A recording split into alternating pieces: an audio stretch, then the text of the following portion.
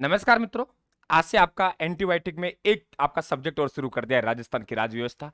विशेष demand थी आप लोगों की कि सर ये सीरीज हमारी समय की बचत कर रही है, ये सीरीज हमें ज्ञान भी देके जा रही है और रिवीजन के हिसाब से शानदार सीरीज है। और जो बच्चा पहली बार पढ़ रहा है थोड़ा समझने में टाइम लगेगा, वरना उनके लिए भी गागर में सागर सिद्ध होगा। उन बहनों को, उन भाइयों को समर्पित जो आपके दूर दूर तक नौकरियां कर रहे हैं और सोचते हैं गुरुजी रेलवे में कर रहे हैं, हम राजस्थान में आना चाहते हैं, टीचर बनना चाहते हैं। बनिए, आप समय कम मिलता है तो राजस्थान आपके साथ है। राजस्थान की राज्य व्यवस्था अलग से आपके प्लेलिस्ट बना दी गई है। देखिए, हम बात करें कि आपकी राज्य व्यवस्था की बात करें, सबसे पहले हम समझ लेते हैं कि सरकार, भाई चैनल को सब्सक्राइब नहीं किया, चैनल को सब्सक्राइब कर लेना, घंटे के निशान को जरूर दबा देना और पीडीएफ आपके राजस्थान के टेलीग्राम पे जाएगी। बात करते हैं हम लोग सरकार। सरकार आपके दुनिया में तीन प्रकार की सरकारें हमारे सामने आती है। आपने दो पढ़ी होगी, एक मैंने सामूहिक सरकार और लिख दी एक्स्ट्रा। संसदीय सरकार यानी संसदात्मक सरकार, और दूसरा आपके अध्यक्ष सरकार यानी अध्यक्षात्मक सरकार, और तीसरी है सामूहिक सरकार। ये संसदीय सरकार है, ये आपके ब्रिटेन में प्रचलित रही है। अध्यक्षात्मक सरकार आपके अमेरिका में प्रचलित रही है। आप लोगों को इसको उदाहरण देकर समझाएंगे। और सामूहिक सरकार जो कि स्विट्जरलैंड की है। आपकी बात करें ब्रिटेन, मित्रों संसदीय शासन व्यवस्था आपके देखो, आपके कार्यपालिका के दो तरीके के प्रधान होते हैं। एक कहता है संविधान ने जिसको समझ शक्तियां दे रखी हैं, कह रखा है कि आप इसके मालिक हैं कार्यपालिका की। एक मालिक तो उनको बना रखा है, लेकिन उनका नाम का प्रयोग करके वास्तविक लाभ कोई और ले रहा है, वास्तविक शक्तियों का कुछ उपभोग और कर रहा है। तो दो प्रकार के हम मुखिया बनाएंगे, एक वास्तविक मुखिया बनाएंगे और एक संवैधानिक मुखिया बनाएंगे। कि संविधान अधिकार किसको देता है।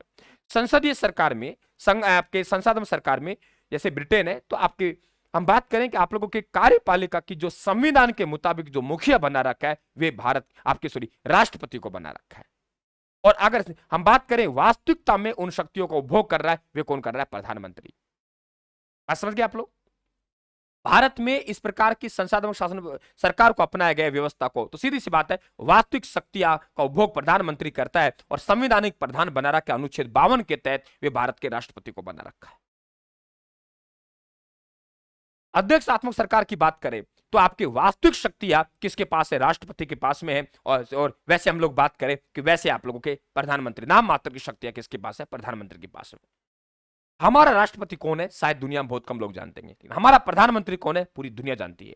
अमेरिका का प्रधानमंत्री कौन है? शायद हम नहीं जानते होंगे, लेकिन राष्ट्रपति अमेरिका कौन है हम जानते हैं, क्योंकि शक्तियों का उपभोग कर रहा है। पावरफुल कौन है अमेरिका में? राष्ट्रपति। पावरफुल कौन है भारत में? प्रधानमंत्री। संविधान क्या कहता है? पावरफुल राष्ट्रपति है। व्यवहार में ऐसा नहीं है। अगर यही हम सामूहिक सरकार की बात करें तो एक यहां परिषद होती है जिसमें शायद 7 लोग होने चाहिए, और बारी बारी से चेंज होकर उन शक्तियों का प्रयोग करते हैं, मुखिया बनते रहते हैं। तो आपके राजस्थान में भी आपके संसदीय सरकार होगी। जब संसदीय सरकार होगी, संसदात्मक सरकार होगी, तो वास्तविक जो प्रधान होगा वे मुख्यमंत्री होगा राज्य का, और संविधान के अनुसार आपके राज्यपाल होगा। अनुच्छेद आपका 153 ये कहता है राज्य की राज्य कार्यपालिका का प्रधान राज्यपाल होगा, और उनका जो काम करेगा वे आपके स्वयं या अपने अधीनस्थ अधिकारियों के माध्यम से उसको संपादन करेगा। बात समझ गए हम लोग? तो आगे बढ़ते हैं, एंटीबायोटिक का फटाफट चलेंगे। संसदीय शासन प्रणाली हम लोग 3 अंग होते हैं, व्यवस्थापिका, कार्यपालिका और न्यायपालिका। सरकार के 3 अंग होते हैं। व्यवस्थापिका काम है उचित शासन व्यवस्था के लिए कानून बनाना। जनता के प्रतिनिधि बैठते हैं, चाहे वे प्रत्यक्ष रूप से चुने हुए हो चाहे अप्रत्यक्ष रूप से चुने हुए हो, जनता के आपके प्रतिनिधि उनके द्वारा उचित शासन व्यवस्था के लिए कानून बनाते, वे काम है व्यवस्थापिका का। अब उन कामों को लागू करवाने का काम किसका है? कार्यपालिका का। ठीक है, उन कामों को लागू करवाने का काम कार्यपालिका का है। अब वे संविधान के मुताबिक बने नहीं बने, व्यवस्थापिका द्वारा बनाए गए कानूनों को न्यायिक समीक्षा और व्याख्या करने का काम किसका है? न्यायपालिका। ये सरकार के 3 अंग होते हैं। व्यवस्थापिका में आपका संसद आती है, और राज्य में बात करें तो राज्य का विधानमंडल आता है। कार्यपालिका में बात करें तो वहां आपके राष्ट्रपति, आपके मंत्री, प्रधानमंत्री। हम राज्य की बात करें तो आपका राज्यपाल आता है, और मुख्यमंत्री सहित मंत्री परिषद आती है, और महाधिवक्ता आता है। क्लियर? तो व्यवस्थापिका काम है कानून बनाना, कार्यपालिका काम है उन्हें लागू करवाना, और न्यायपालिका काम है कि वे कानून संविधान के मुताबिक है कि नहीं है, उनकी न्यायिक समीक्षा करना और व्याख्या करना। आगे बात करते हैं संविधान में सरकार। आपके संविधान में कहां प्रावधान किया गया है? तो आप ध्यान रखना, अनुच्छेद नंबर आपके भाग एक पूरी पूरी बिल्डिंग है, ये रही साहब। उस बिल्डिंग के अंदर कमरे बने हुए, इतने कमरे, इतने नंबर से इतने कमरे तक। तो संविधान बिल्कुल अलग अलग किया है। हम भाग नंबर 5 की बात करें, संघीय सरकार का उल्लेख है। भाग नंबर 6 की बात करें, राज्य सरकार का उल्लेख है। भाग नंबर 7 कहां गया? क्योंकि ये निरसित कर दिया गया। जैसे आपके अनुच्छेद 380 ऐसे कुछ अनुच्छेद थे, उस समय आवश्यकता थी, बाद में उनका महत्व नहीं रहा तो उन्हें निरसित कर दिया गया। तो भाग नंबर 7 अनुच्छेद 238 नहीं है, निरसित है। भाग नंबर 8 संघ शासित प्रदेशों के लिए। पहले संघ सरकार की बात करेंगे, फिर राज्य सरकार की बात करेंगे और फिर संघ शासित प्रदेशों की सरकारों की बात करेंगे। तो भाग नंबर 5 को हम संघ सरकार का संविधान कहते हैं, भाग नंबर 6 को राज्य सरकार का संविधान कहते हैं, भाग नंबर 7 है नहीं, जंप लगाएंगे, भाग नंबर 8 केंद्र शासित प्रदेशों का संविधान कहते हैं, भाग नंबर 8 को। क्लियर? तो संघ सरकार की यहां अनुच्छेद 52 से 151 तक बात की, वही आपकी जैसे संघ सरकार खत्म होगी वही आपके मूल कर्तव्य खत्म हुए 51 के में। तो 52 आया, 52 से 151 संघ सरकार, और 151 संघ सरकार खत्म हो गई, राज्य सरकार शुरू हो गई 152 से 237। क्या कहा मैंने? 152 से 237, देख लीजिए आप लोग, 152 से 237। अब 237 238 क्या होगा? निरसित हो गए, भाग 7 नहीं है। संघ शासित प्रदेशों की सरकार भाग नंबर 8 में अनुच्छेद 239 से 242 कुछ राज्यों के लिए विशेष प्रावधान किया गया, अनुच्छेद 370, लेकिन अब लागू नहीं है, 2009 से वे दर्जा छीन लिया। 371 में विशेष राज्य, कुछ राज्यों को विशेष अधिकार दिए गए, जो अभी भी दिए गए, लेकिन उन राज्यों पे ही लागू होंगे प्रावधान 371 वाले। समझ गए आप लोग? तो ये आपकी संघीय सरकार भाग 5 में, राज्य सरकार भाग 6 में, संघ शासित प्रदेशों की सरकार भाग 5, भाग 7 गायब है, ध्यान रखना आप लोग, निश्चित है। इसमें अनुच्छेद है, तो 52 से 151 संघ, हम कहें अनुच्छेद 52 से लेके अनुच्छेद 242 तक सरकारों का उल्लेख है। और सरकारें कितने भागों में बांटेंगे? 3 भागों में। अनुच्छेद 52 से 151 संघीय सरकार, अनुच्छेद आपके 152 से 237 आपके राज्य सरकार, आपके 238 निरसित हो गया संघ शासित प्रदेशों की सरकार, अनुच्छेद 239 से 242, ये आपके अलग अलग पढ़ेंगे। आगे बात करते हैं कि राज्य सरकार, अब राज्य सरकार को हमने पढ़ लिया, भाग नंबर 6 में है और अनुच्छेद 152 से 237 है कि साहब कौन सी बिल्डिंग, बोले बिल्डिंग नंबर 6 में जाइए, कितने कमरे बने हुए हैं? भाव 152 से लेकर 237 कमरे बने हुए हैं।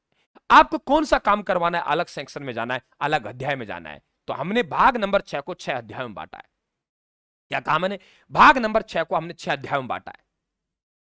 भाग नंबर 6 को कितने अध्याय में बांटा है? 6 अध्याय में बांटा है हम लोगों ने। देखिए आप लोग, आपके सामने 6 अध्याय हैं और 6 अध्याय में हम लोग बात करें, क्या कहा मैंने? 6 अध्याय में हम लोग बात करें,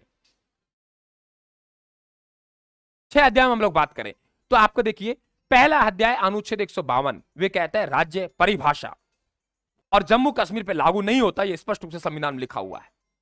फिर हम कहेंगे साहब हमें तो राज्य कार्यपालिका में जाना है, तो बोला ऐसा जी आप मंजिल नंबर 2 पे जाइए। बोले मंजिल नंबर 2 पे जाएंगे तो क्या है? हम कहेंगे अनुच्छेद 153 से 167 कमरे बने हुए, राज्य कार्यपालिका का उल्लेख है। वे कह रहे नहीं, हमें तो राज्य व्यवस्थापिका में जाना है, तो आप कहेंगे मंजिल नंबर 3 पे जाइए।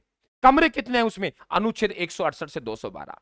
हम कह रहे नहीं, हमें तो बिल्डिंग नंबर 4 पे जाना है, हम कहेंगे हमें तो राज्यपाल की अध्यादेश जारी करने की शक्ति का पता लगाना है। हम कहेंगे भाई बिल्डिंग नंबर 4 पे जाए, आपको कमरा नंबर 4 पे, मंजिल नंबर 4 पे जाना है, वहां कमरा बना है 213, उसमें राज्यपाल को जो अध्यादेश जारी करने की शक्ति है कि तब विधानमंडल का सत्र नहीं चल रहा हो तो वे आपको वहां मिलेगा। वे कह रहे नहीं नहीं, हमें तो राज्य न्यायपालिका जाना है। बोला आप 5वें और 6ठे नंबर पे जाना है, 5वीं मंजिल 6ठे नंबर पे राज्य न्यायपालिका के बारे में। बोले 5 और 6 में फर्क क्या है? 5 में उच्च न्यायालय का प्रावधान किया गया है और 6 में अधीनस्थ न्यायालय का प्रावधान किया है। तो बोले कमरे कितने हैं? उच्च न्यायालय में अनुच्छेद 214 से 231, और हम बात करें अध्याय 6 में अधीनस्थ न्यायालय में अनुच्छेद 232 से 237। ये क्या है? आप लोगों के प्रावधान है। बात क्लियर हुई? कोई दिक्कत आप लोगों को? यानी भाग नंबर 6 को हमने 6 अध्यायों में बांटा है। अध्याय नंबर 1 में 152 परिभाषा है, डायरेक्टली आप राज्यपाल मत कर देना। इस तरीके से एक सेक्शन बनेंगे और इस तरीके से सेक्शन बनेंगे, इस तरीके से आपका राज्य व्यवस्था चलेगी राजस्थान की। और यहां देखिए हम लोग राज्य कार्यपालिका की बात करेंगे, भाग 6 में अध्याय नंबर 2 में अनुच्छेद 153 से 167 राज्यपाल आएगा, राज्य मंत्री परिषद आएगी, मुख्यमंत्री सहित राज्य महाअधिवक्ता आएगा। तो यहां हम लोग बात करेंगे आगे। तो मेरे हिसाब से एकदम फंडा क्लियर हो गया होगा आपका कि राजस्थान की राज व्यवस्था क्या है। राजस्थान की राज व्यवस्था आपके सामने रखी हुई है, एक एक मैंने खोल के रख दिया, एक एक खोल के रखा है, आप देख लीजिए। टेलीग्राम को ज्वाइन कर लेना और चैनल को सब्सक्राइब कर लेना लगातार एंटीबायोटिक सीरीज में बना रहने के लिए। राम राम साहब, धन्यवाद, थैंक यू।